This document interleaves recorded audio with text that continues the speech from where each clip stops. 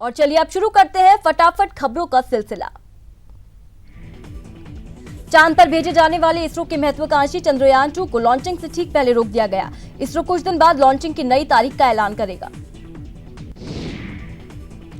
तकनीकी दिक्कत के चलते लॉन्चिंग से 56 मिनट 24 सेकंड पर काउंटडाउन रोक दिया गया। प्लानिंग के हिसाब से चंद्रयान 2 की लॉन्चिंग रात 2:51 पर होनी थी। इसरो के प्रवक्ता ने बताया कि T56 मिनट में लॉन्च वाहन प्रणाली में एक तकनीकी खामी देखी गई, जिसके चलते चंद्रयान 2 के प्रक्षेपण को बंद कर दिया गया। इसरो ने ट्वीट कर भी खराबी की जानकारी दी। चंद्रयान 2 की लॉन्चिंग पर पूरे देश की नजरें थीं और इसके सफल होने के साथ ही भारत के अंतरिक्ष अभियान के इतिहास में एक स्वर्णिम पन्ना जुड़ जाता। इस मिशन के साथ भारत चांद पर पहुंचने वाला दुनिया का चौथा देश हो जाता। हालांकि अब इसके लिए कुछ और इंतजार करना पड़ेगा। क्रिकेट के जन्मदाता इंग्लैंड ने आखिरकार आईसीसी विश्व कप जीत लिया है। धड़कनें रोक देने वाले इस मुकाबले में आखिरी गेंद और फिर सुपर ओवर तक चले मुकाबले में दोनों टीमें बराबर रहीं, लेकिन इंग्लैंड ने ज्यादा बाउंड्री लगाकर ये मुकाबला जीत लिया। न्यूजीलैंड ने पहले बल्लेबाजी करते हुए 241 रन का स्कोर बनाया। इसके जवाब में इंग्लैंड की टीम भी 241 रन ही बना सकी। इसके बाद सुपर ओवर में मुकाबला गया, जहां पर भी दोनों टीमों ने 15-15 रन बनाए। इंग्लैंड ने पहली बार वर्ल्ड कप जीता है। यह पहली बार है जब वर्ल्ड कप का फाइनल टाई रहा है और सुपर ओवर तक गया। इंग्लैंड वनडे विश्व कप जीतने वाला छठा देश है। न्यूजीलैंड को लगातार दूसरे विश्व कप के फाइनल में हार का सामना करना पड़ा।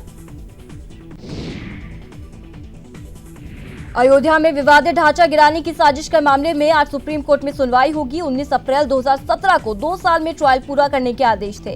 सीबीआई जज एसके यादव मामले में ट्रायल कर रहे थे। सुप्रीम कोर्ट ने सील कवर लिफाफे की जानकारी मांगी थी। आज सीएम योगी यूपी कैबिनेट की बैठक लेंगे। बैठक में कई अहम प्रस्तावों पर मुहर लगेगी। आपको बता दें कि मंगलवार को गुरु पूर्णिमा के मौके पर सीएम योगी गोरखपुर में रहेंगे। आज यूपी के सीएम योगी आदित्यनाथ दिल्ली जाएंगे, जहां शाम 6:30 बजे उपराष्ट्रपति वेंकैया नायडू से मुलाकात करेंगे। सीएम 28 और 29 जुलाई को होने वाले ग्राउंड ब्रेकिंग सेरेमनी का निमंत्रण देंगे। इस सेरेमनी का उद्घाटन गृह मंत्री अमित शाह करेंगे, जबकि समापन कार्यक्रम के मुख्य अतिथि उपराष्ट्रपति वेंकैया नायडू होंगे। कर्नाटक में राजनीतिक संकट के बीच बागियों को मनाने की कोशिशें तेज हो गई हैं। कांग्रेस के एक विधायक ने इस्तीफा वापस लेने के संकेत दिए। कर्नाटक और गोवा के बाद पश्चिम बंगाल में भी राजनीतिक उठापटक का खेल जारी है। बीजेपी के वरिष्ठ नेता मुकुल रॉय का दावा, 107 विधायक बीजेपी के संपर्क में। बरेली से भाजपा विधायक राजेश मिश्रा की बेटी साक्षी के मामले में आज हाईकोर्ट में दोनों के हाजिर होने की संभावना है। दोनों प्रेमी जोड़े दिल्ली से पुलिस सुरक्षा के साथ प्रयागराज के लिए रवाना भी हो चुके हैं। दोनों की कोर्ट में हाजिर होने पर 11 बजे तक सुरक्षा को लेकर सुनवाई होने की संभावना है। बीजेपी विधायक की बेटी साक्षी और अजिदेश के प्रेम विवाह में एक नया मोड़ आ गया है। सोशल मीडिया में बीजेपी के ही विधायक श्याम बिहारी और विकास तिवारी नाम के युवक की चैटिंग वायरल हो रही है, जिसमें विधायक श्याम बिहारी पर राजेश मिश्रा के खिलाफ साजिश रचने का आरोप लगाया गया। चैटिंग में श्याम बिहारी और विकास तिवारी नाम के युवक की आपस में बहस हो रही है। विकास तिवारी नाम के युवक द्वारा इस सारे बवाल के लिए श्याम बिहारी को जिम्मेदार ठहराया जा रहा है। हालांकि श्याम बिहारी ने सारी चैटिंग को फेक बताया। साथ ही उनके द्वारा विकास तिवारी नाम के युवक के खिलाफ मुकदमा दर्ज कराया गया। बरेली विधायक की बेटी साक्षी को लेकर साध्वी प्राची ने मीडिया को जमकर कोसा। मंच से बोलते हुए मेरठ पहुंची साध्वी प्राची ने कहा कि एक सप्ताह से मीडिया विधायक की बेटी द्वारा भागकर शादी करने की खबर जोर शोर से दिखा रही है। लड़की को स्टूडियो में बैठाकर उसके माता पिता को बदनाम कर रहे हैं, जबकि मीडिया का ध्यान दूसरी महत्वपूर्ण खबरों की तरफ है। जौनपुर जेल में हुई छापेमारी का वीडियो वायरल। जेलर के कमरे से मिली शराब, मोबाइल और नशे का सामान। 7 जुलाई को जेल में हुई थी छापेमारी। मैनपुरी में तेज गति से आ रही स्कॉर्पियो ने स्कूटी को टक्कर मार दी, जिसमें 7 साल के बच्चे समेत 3 लोगों की मौत हो गई और एक व्यक्ति घायल हो गया। आगरा में एनआरआई पर्यटकों ने ताजमहल पर जमकर हंगामा किया। 3 एनआरआई महिला पर्यटकों ने सुरक्षा कर्मियों को गालियां दी और थप्पड़ मारने की भी बात की।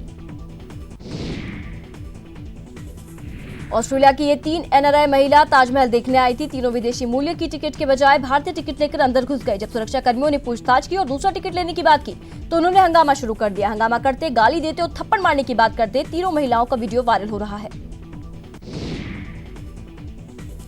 क्रिकेटर से राजनेता बने नवजोत सिंह सिद्धू ने पंजाब में मंत्री पद से इस्तीफा दे दिया है। सिद्धू ने खुद ट्वीट करके इसकी जानकारी दी और उस लेटर को भी पोस्ट किया जो उन्होंने 10 जून को तत्कालीन कांग्रेस अध्यक्ष राहुल गांधी को भेजा था। इसी पत्र में उन्होंने अपने इस्तीफे का जिक्र भी किया था। सिद्धू ने दूसरे ट्वीट में सीएम को भी इस्तीफा भेजने की बात कही है। बता दें कि कांग्रेस नेता सिद्धू सीएम कैप्टन अमरिंदर के बीच लोकसभा चुनाव के समय से विवाद चल रहा था और सीएम की अध्यक्षता में हुई कैबिनेट की बैठक में सिद्धू नदारद रहे थे। देवास के भिलाई गांव में परिवार के पालन पोषण के लिए एक मां और बेटी खेत जोतने के लिए बैल न होने पर बेटी अपने हाथों से हल खींच रही है।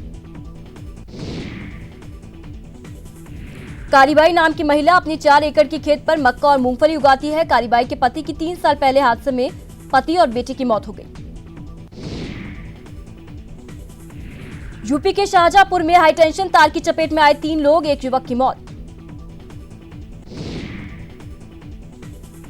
ऋषिकेश के लक्ष्मण झूला पुल पर आवाजाही को लेकर आज भी विरोध जारी है। पीडब्ल्यूडी ने आनन फानन में पुल को बंद करने के आदेश के बाद ऋषिकेश में आवाजाही का संकट खड़ा कर दिया है, क्योंकि इस पुल से हर रोज हजारों लोग आवाजाही करते हैं और कांवड़ मेले जैसे आयोजनों पर लाखों लोग इस पुल से गुजरते हैं। 17 जुलाई से राज्य में कांवड़ मेला शुरू होने जा रहा है।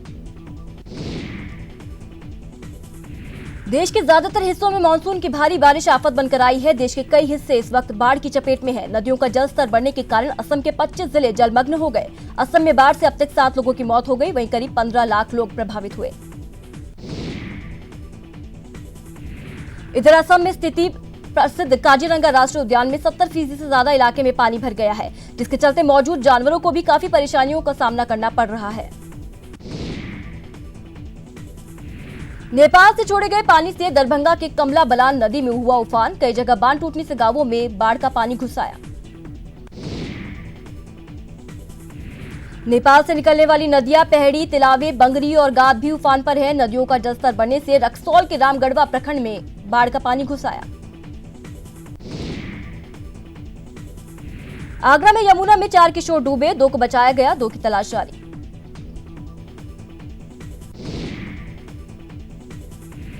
यूपी के आजमगढ़ में मूसलाधार बारिश से तमसा नदी उफान पर है। ग्रीनलैंड क्षेत्र में मकान डूब गए।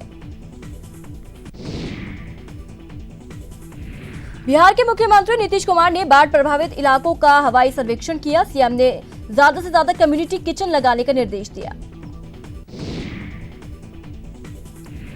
आरएलएसपी अध्यक्ष उपेंद्र कुशवाहा ने बाढ़ को लेकर मुख्यमंत्री नीतीश कुमार के हवाई सर्वेक्षण पर साधा निशाना। कहा, बाढ़ को लेकर किए जा रहे उपाय नाकाफी हैं।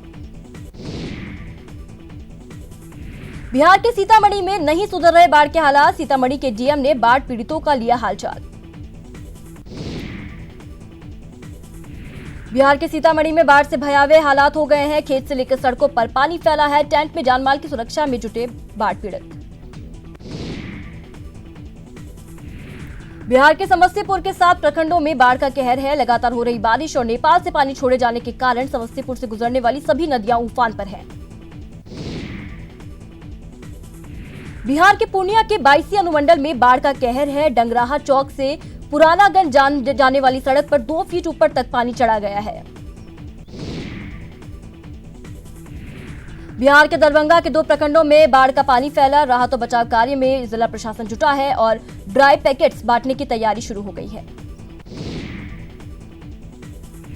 बिहार के अररिया के मदनपुर में राहत का काम नहीं शुरू हुआ। टापू बन चुके मदनपुर का मुख्यालय से संपर्क टूटा। खौफ के साए में जीने को मजबूर लोग।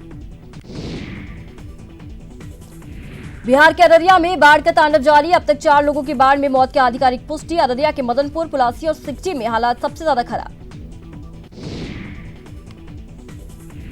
पूर्वी चंपारण में बाढ़ के पानी में डूबने से 6 लोगों की मौत। मरने वालों में अधिकांश छोटे बच्चे।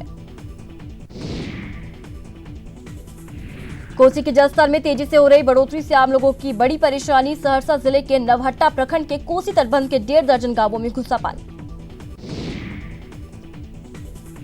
एमपी के खंडवा के शंकर तालाब में 3 बच्चे डूब गए। हादसे में 2 बच्चों की मौत हो गई। नगर निगम ने मछली पालन के लिए तालाब खोदा था। एमपी के मंडला में खेत में बने गड्ढे में डूबने से 4 बच्चों की मौत हो गई। बच्चों की मौत के बाद गांव में मातम पसर गया।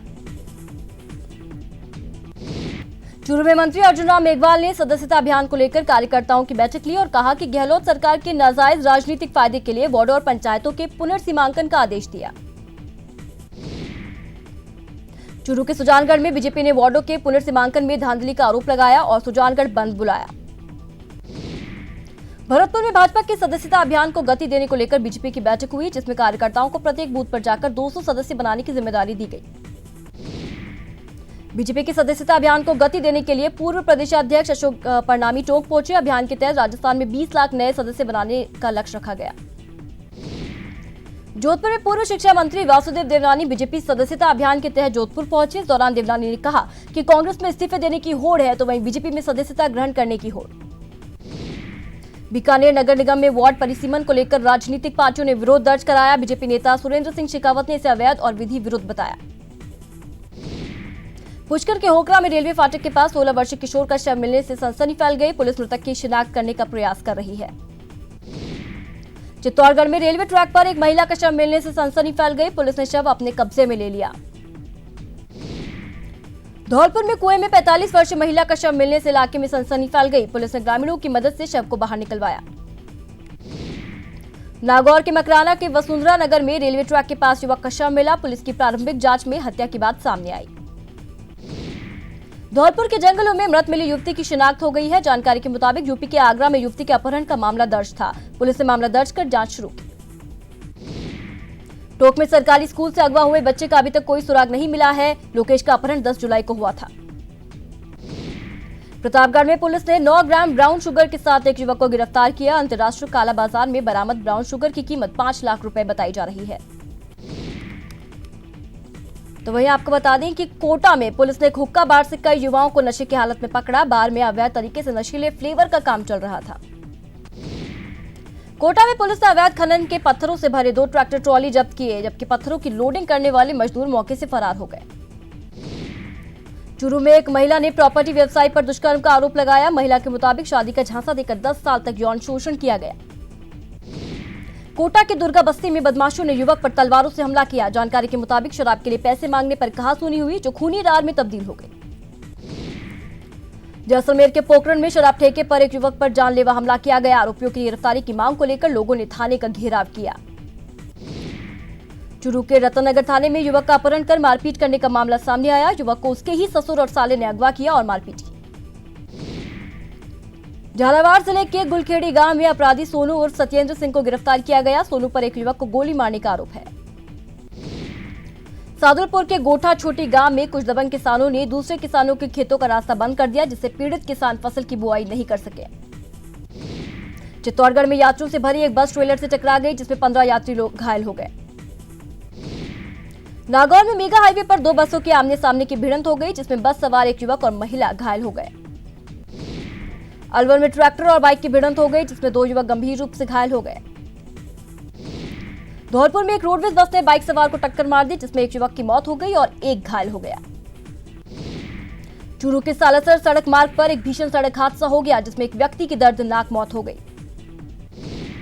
करौली में ट्रेन की चपेट में आने से एक महिला की मौत हो गई। फिलहाल मृतक महिला की शिनाख्त नहीं हो पाई है। हनुमानगढ़ में कच्चे मकान की छत गिरने से एक महिला की मौत हो गई, जबकि महिला का पति घायल हो गया।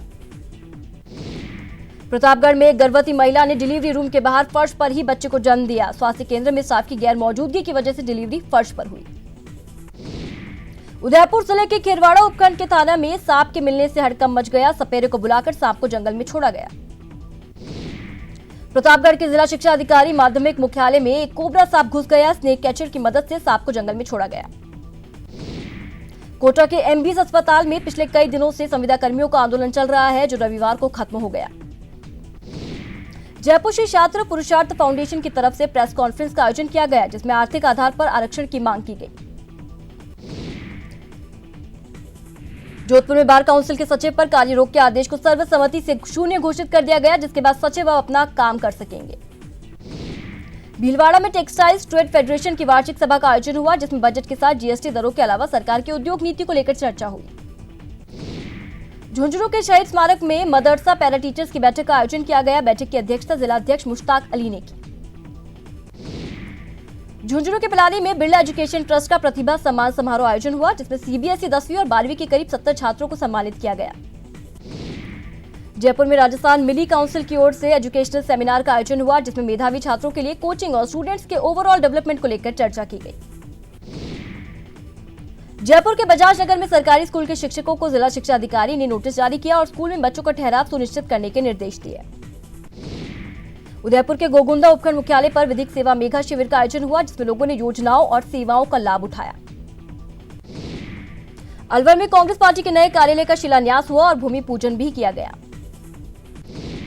करौली में 50 लाख की लागत से बने सुरभ कॉम्प्लेक्स का लोकार्पण किया गया। नगर परिषद सभापति ने हिंडौन शहर को स्वच्छ बनाए रखने में आमजन से सहयोग की अपील की। अलवर के राजकीय राजीव गांधी सामान्य चिकित्सालय में लॉन्ड्री और ऑपरेशन थिएटर का शिलान्यास हुआ और नेत्र वार्ड बायोमेडिकल वेस्ट भवन का उद्घाटन भी हुआ।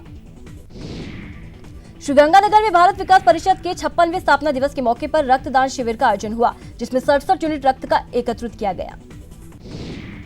करौली में हिंडौन सिटी के सामान्य अस्पताल में 33वां स्वैच्छिक रक्तदान शिविर का आयोजन हुआ, जिसमें 150 यूनिट रक्तदान किया गया। राजस्थान से हज पर जाने वाले यात्रियों की 17 जुलाई से शुरू होगी यात्रा। कोटा में अभी तक 750 आवेदनों में से 363 हज यात्रियों का चयन हुआ। बूंदी के महादेव मंदिर में 72 घंटे का अखंड भजन कीर्तन चल रहा है, जिसमें श्रद्धालुओं ने प्रदेश में अमन और अच्छी बारिश की कामना की। प्रतापगढ़ के पारसोला में आचार्य मुनि विमत सागर महाराज के मंगल प्रवेश पर जबरदस्त स्वागत किया गया और मंगलाचरण में बालिकाओं ने डांस की प्रस्तुतियां भी दी। भरतपुर में गुरु पूर्णिमा पर 5 दिवसीय गिरिराज परिक्रमा का मेला परवान पर है, जिसके चलते प्रशासन ने सुरक्षा की पूरी व्यवस्था कर रखी है। जयपुर में अखिल विश्व गायत्री परिवार की ओर से गुरु पूर्णिमा महोत्सव का शुभारंभ हुआ। 16 जुलाई को सभी चेतना केंद्रों पर अखंड गायत्री जप और दीप यज्ञों का आयोजन किया जाएगा। जयपुर के जवाहर कला केंद्र में विरसा 2019 फेस्टिवल का आयोजन किया जा रहा है। 5वें दिन की सांस्कृतिक में सुजाता मोहापोत्रा और ग्रुप ने ओडिसी नृत्य की प्रस्तुति दी।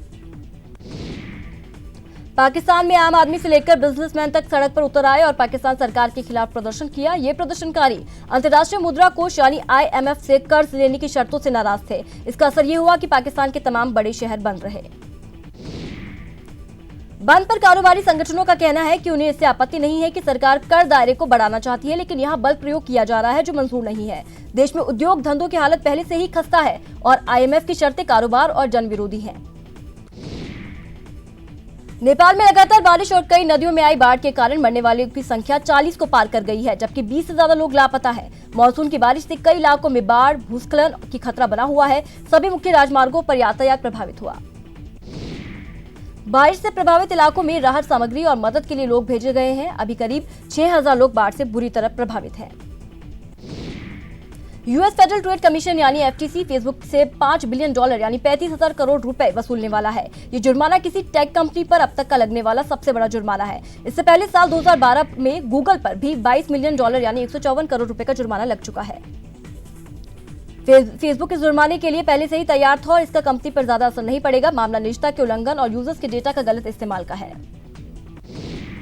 धरती से कोई 370 प्रकाश वर्ष दूर एक ग्रह के चारों एक सर्कल जैसा नजर आ रहा है, जो संभवतः एक उपग्रह के जन्म की प्रक्रिया हो सकती है। स्टार सिस्टम PGS-70 में मौजूद एक बड़े ग्रह के चारों ओर एक धुंधली डिस्क दिख रही है। ये तस्वीर चिली की MMA के ऑब्जर्वेटरी में देखा गया। वैज्ञानिकों ने PGS-70 की कक्षा के चारों ओर PGS-70C और PGS-70B और 2 नए विकसित हो रहे ग्रह के चक्कर काटते हुए देखे हैं। वैज्ञानिकों का कहना है कि ऐसा उन्होंने पहले नहीं देखा, जो घटना ठीक वैसी है जैसे कि जुपिटर के कई उपग्रहों के विकास से जुड़ी थी।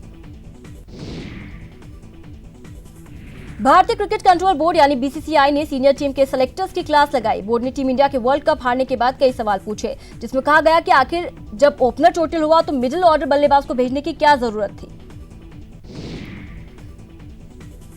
इसके अलावा यह भी पूछा गया कि जब मिडिल ऑर्डर बल्लेबाज चोटिल हुआ तो फिर ओपनर बैट्समैन को इंग्लैंड क्यों भेजा गया। इसके साथ ही BCCI के एक सीनियर अधिकारी ने कहा कि जब टीम टूर्नामेंट जीतती है तो सेलेक्टर्स को इनामी राशि मिलती है, वहीं जब टीम को हार मिलती है तो खिलाड़ियों के जिम्मे छोड़ दिया जाता है, लिहाजा जिम्मेदारी सभी पर तय होनी चाहिए। वर्ल्ड कप से बाहर होने के बाद टीम इंडिया पर तरह तरह के सवाल उठाए जा रहे हैं। भारतीय क्रिकेट टीम के पूर्व बल्लेबाज वसीम जाफर ने विराट कोहली को टीम की कप्तानी से हटाने की मांग कर डाली। जाफर ने कोहली की जगह रोहित शर्मा को टीम की कमान सौंपने की अपील की। ट्वीट कर जाफर ने लिखा, 2023 विश्व कप में रोहित शर्मा को टीम की कप्तानी करनी चाहिए। रोमानिया की स्टार टेनिस खिलाड़ी सिमोना हालेप ने विंबलडन का खिताब जीत लिया है। हालेप ने अमेरिकी स्टार सेरेना विलियम्स को हराकर अपने करियर का पहला विंबलडन जीता। फाइनल में 27 साल की हालेप ने सेरेना को सीधे सेटों में 6-2, 6-2 से हराया। ये मुकाबला 56 मिनट तक चला। इस हार के साथ सेरेना का 24वां ग्रैंड स्लैम खिताब जीतने का सपना एक बार फिर टूट गया। 7 बार की विंबलडन चैंपियन सेरेना ने अपना आखिरी ग्रैंड स्लैम 2017 में ऑस्ट्रेलियन ओपन के तौर पर जीता था। स्पेनिश फुटबॉल क्लब बार्सिलोना ने विश्व कप विजेता फ्रांस के स्टार खिलाड़ी और एटलेटिको मैड्रिड के फॉरवर्ड एंटोनियो ग्रिजमैन के साथ 5 सीजन का करार किया। बार्सिलोना ने ग्रिजमैन से 120 मिलियन यूरो का करार किया है। 28 वर्षीय ग्रिजमैन ने अब 15 जुलाई से प्री सीजन ट्रेनिंग सत्र के दौरान क्लब से जुड़ सकते हैं। और इसी के साथ इस बुलेटिन में इतना ही। अपने पसंदीदा चैनल न्यूज 18 राजस्थान की ताजा तरीन खबरों को देखने के लिए आप विजिट कर सकते हैं हमारी वेबसाइट news18rajasthan.com पर। दीजिए इजाजत, नमस्कार।